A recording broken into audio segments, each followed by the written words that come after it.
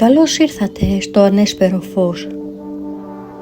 Σε ένα κόσμο που τρέχει με ταχύτητα, ας σταθούμε για λίγο.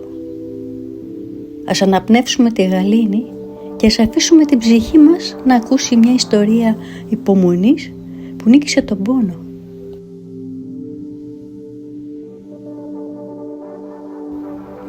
Σήμερα θα γνωρίσουμε τον Άγιο Νικηφόρο τον Λεπρό, τον Άγιο της Ευχαριστίας.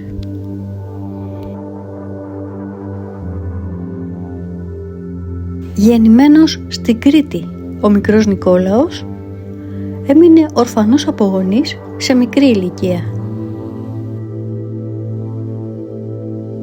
Στα 13 του, ο παππούς τον έστειλε να δουλέψει σε ένα κουρείο. Ο Νικόλαος έγινε πολύ αγαπητός, επειδή ήταν ταπεινός και πράος, πρόθυμος και εργατικός, ευγενικός και γλυκομίλητος. Ο Θεός όμως είχε διαλέξει για αυτόν άλλο δρόμο. Η λέπρα, μια ασθένεια που τότε σήμαινε απομόνωση και φόβο, χτύπησε την πόρτα του. Όμως, εκεί που οι άλλοι θα έβλεπαν κατάρα, ο Νικόλαος άρχισε να βλέπει μια ευκαιρία για πνευματική άσκηση. Για να μην τον αντιληφθούν οι αρχές και τον κλείσουν στο άνυδρο νησί της Πιναλόγκας, σε ηλικία μόλις 16 ετών έφυγε για την Αλεξάνδρεια της Αιγύπτου. Εκεί γνωρίστηκε με την ελληνική παροικία και με αρχιερείς του πατριαρχικού θρόνου και έγινε πάρα πολύ γρήγορα αγαπητός σε όλους. Όταν η λέπρα άρχισε να σημαδεύει το πρόσωπό του, αναγκάστηκε να φύγει μακριά από όλους. Ένας επίσκοπος που ο Νικόλαος του εμπιστεύτηκε το πρόβλημά του, τον βοήθησε να πάει στη Χίο. Τον έστειλε στο γέροντα Άνθιμο, ιδρυτή και πνευματικό της Ιεράς Μονής Παναγίας Βοηθείας στη Χίο και εφημέριο του εκεί λοποκομείου.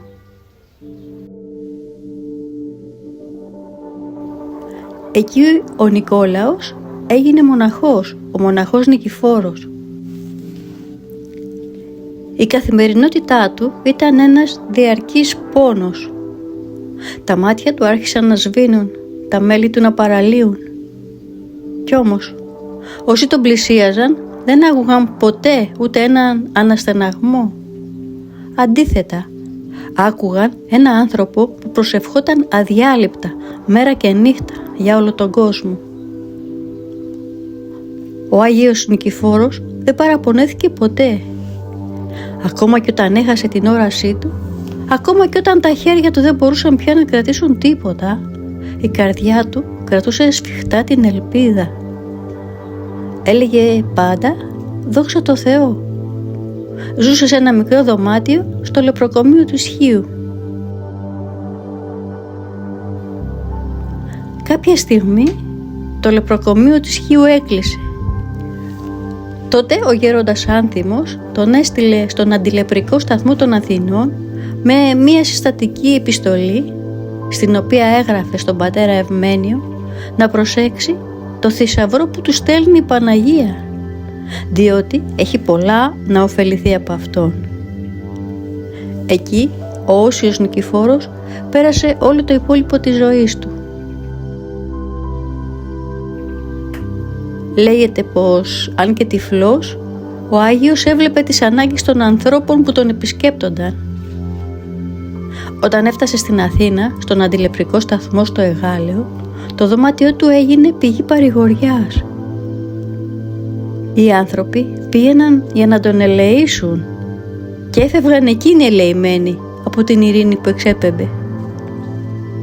«Υπομονή, παιδί μου, και δόξα τω Θεώ», ήταν η μόνιμη απάντησή του σε κάθε δυσκολία.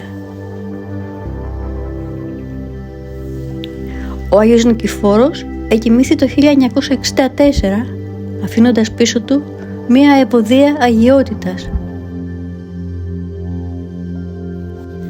Θαύματα επετέλεσε κατά τη διάρκεια της ζωής του και επιτελεί πολύ περισσότερα μετά θάνατο, όπως το ομολογούν πολλοί άνθρωποι οι οποίοι έχουν ευεργετηθεί από αυτόν.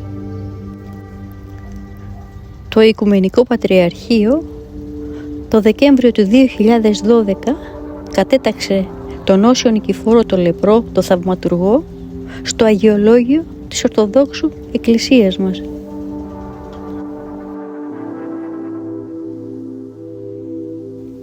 Ας ακούσουμε το απολυτίκιο του Οσίου Νικηφόρου του Λεπρού.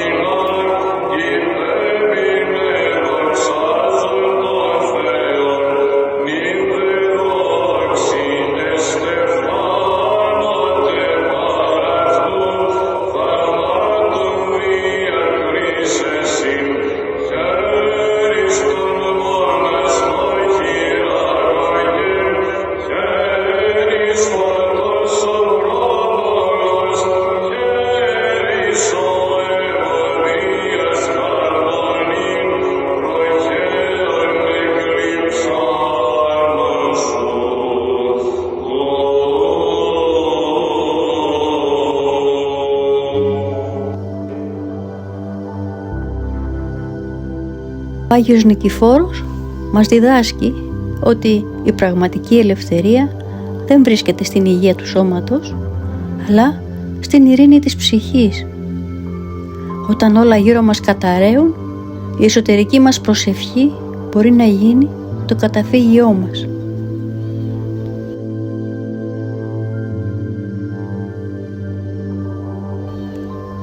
Ας μείνουμε τώρα για λίγα λεπτά στη σιωπή, αφήνοντας τη μουσική να μας θυμίσει πως το φως της ψυχής δεν σβήνει ποτέ.